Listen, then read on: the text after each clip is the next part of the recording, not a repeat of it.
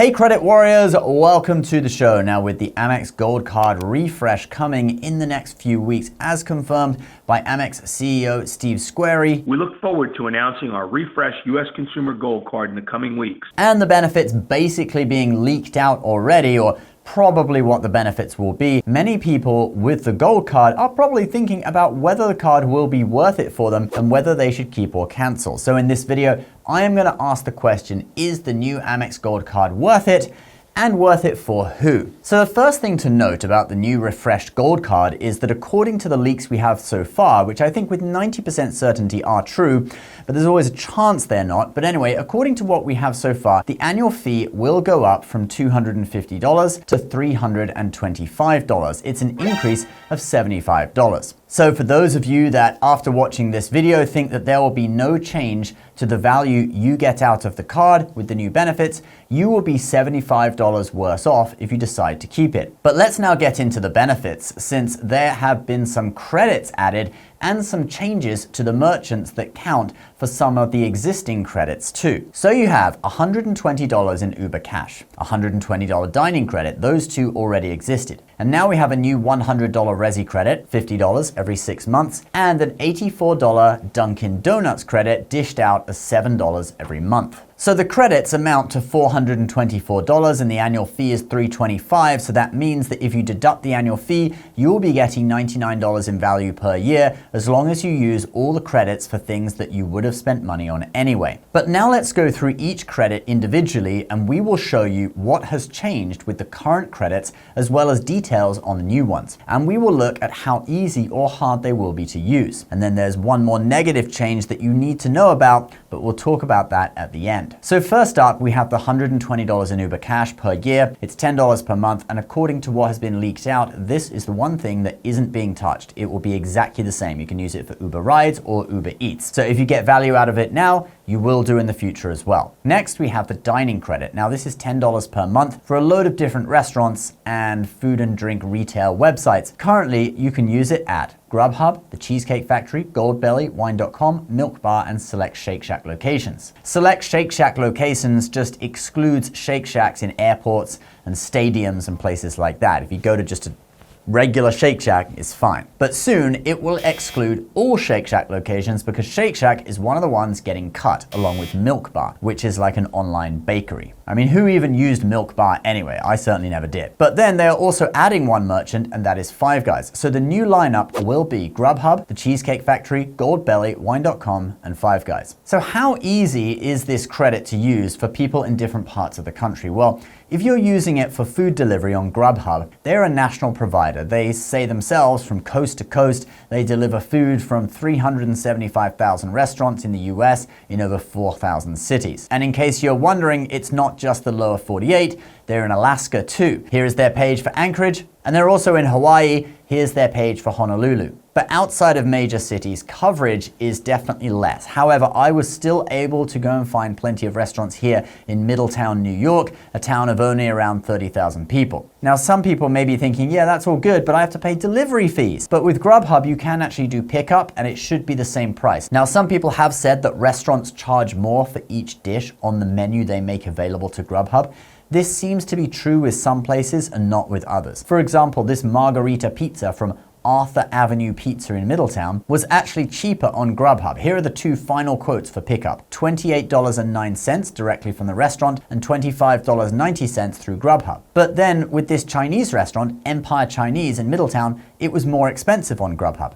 $14.25 for General Tso's chicken on Grubhub, but just $13.50 on the restaurant's website. So I think that's going to vary a lot. It could cost you a few dollars more on Grubhub, but I think it's still pretty easy for people in most areas of the country to get value out of the dining credit through that platform. Especially if you are going to use Grubhub for food delivery anyway, then you're definitely getting the full value. Then what about the Cheesecake Factory? Well, they're in 39 states plus Puerto Rico and DC, and also in Canada. I'll put a location finder in a pinned comment down below for you to check your state. But all the biggest population centers like California, New York, Florida, and Texas are there. The Cheesecake Factory, of course, started in California and has over 300 locations. They don't just serve cheesecakes, but also a variety of burgers, steaks, etc. Give him a hamburger. Which one? The classic burger, the ranch house burger, the barbecue burger, or the Kobe burger? Can't we just go to Big Boy? They only have one burger, the Big Boy. So this is another one that people in 80% of the states in the US should be able to benefit from. Then we have Goldbelly. Now this one is a gourmet food mail order website. It's pretty expensive, so I'm just gonna come out and say it and say that I don't think most people are gonna get value out of this one. Then we have wine.com. I wonder how much they paid for that URL. Now, this site looks pretty good if you're into wine, and the prices are really not outrageous at all, but you do have to pay almost $20 for shipping. So this is another example of where using the credit would probably cost you more unless you were planning on using wine.com anyway. You can buy an annual plan that's around $49, I think, and then you get free shipping, but you'd have to be really into wine.com and going to use the site anyway for us to really count that towards, getting value out of the credit. All right, let's now look at the new one that they've added to this credit, and that is Five Guys, which is a hamburger joint, I guess replacing Shake Shack, and it is in every state except Alaska. And like with Cheesecake Factory, I will put their location page down below in a pinned comment so you can search your state and find a store near you. Five Guys definitely beats Shake Shack in accessibility to the whole country. Shake Shack is a lot more East Coast focused. All right, let's now talk about the new $100 Resy credit. But first, if, like me, you have a load of credit cards that you struggle to keep track of, you have got to check out the sponsor of today's video, Max Rewards. The app gives you your transactions, balances, points and rewards balances, etc. for every card in your wallet, even if they're from different issuers, all in one app. Then on top of that, you can also go really deep into analyzing how much value you are getting out of individual cards too. Like with the AMEX Gold that we're talking about in this video, there is a tracker to see how much of the $25,000 limit I have used on the 4 points per dollar on grocery. There's a section that shows all the credits and if I've used them this month or not. And then we have the card value tracker, which shows the value of rewards I've earned and the credits I've redeemed versus the annual fee, so I know if the card is worth it or not. And obviously, this will all get updated with the new benefits and annual fee on the Gold once that becomes a thing. Also, if you get the premium version of Max Rewards Gold, it will activate all your Amex offers for you so you never miss a deal. In fact, I've got home from shopping several times and discovered I saved money with an offer that I never knew I had. And that was all activated automatically by Max Rewards. So use my code HEDGES24 to get a 7-day free trial of Max Rewards Gold with my link below. And if you decide to keep it beyond 7 days, you can then get a discount of 3 months on the annual plan. There's also a free version if you just want to check it out. All right, let's talk about the Resy credits. So Resy is a dining website where you can reserve tables at restaurants. They're all pretty nice ones, curated by Amex, okay? So I've never eaten at a bad restaurant that I booked through Resy. Now, obviously, there are gonna be way more options in big cities. You can see the cities that pop up on their search as recommended options are the usual ones you'd expect. And this is international, by the way. So in addition to like New York and US cities, you can see London on there, Tokyo, Hong Kong. 你知唔知道我喺香港住過9年? I busted out the Mandarin for you last time, so there's some Cantonese for you. Maybe we should start a Credit Shifu in Chinese channel, huh? Comment down below if you want it. Anyway, if you search in the countryside, you do get big holes where there's no Resy restaurants, like this section of upstate New York. You have places in Buffalo and in Binghamton, but nothing in between. But if I search where I live, a bit closer to New York City, we do have a few choices. I especially like this Blooming Hill Farm. I've been there a couple of times. But also, if you go on vacation to a popular tourist area, it's pretty much guaranteed you will find a Resy restaurant. So unless you never travel and you don't live near a moderately sized city, I think you can use this credit since it's $50 twice a year, all right? You got 6 months to use it. If it was $10 per month, I think it would be a lot harder. But visiting a Resy restaurant twice a year should be doable for most people. All right, let's now move on to the new Dunkin' Donuts credit, which sounds like a joke, but apparently it's real. So this credit is $7 per month, $84 per year in total. The $7 per month should cover a coffee and a donut. I tested it with their app, and my order of a cold brew coffee and a classic donut came to $6.30. Now, Dunkin', as it's apparently called now, okay, not Dunkin' Donuts anymore, just Dunkin', look.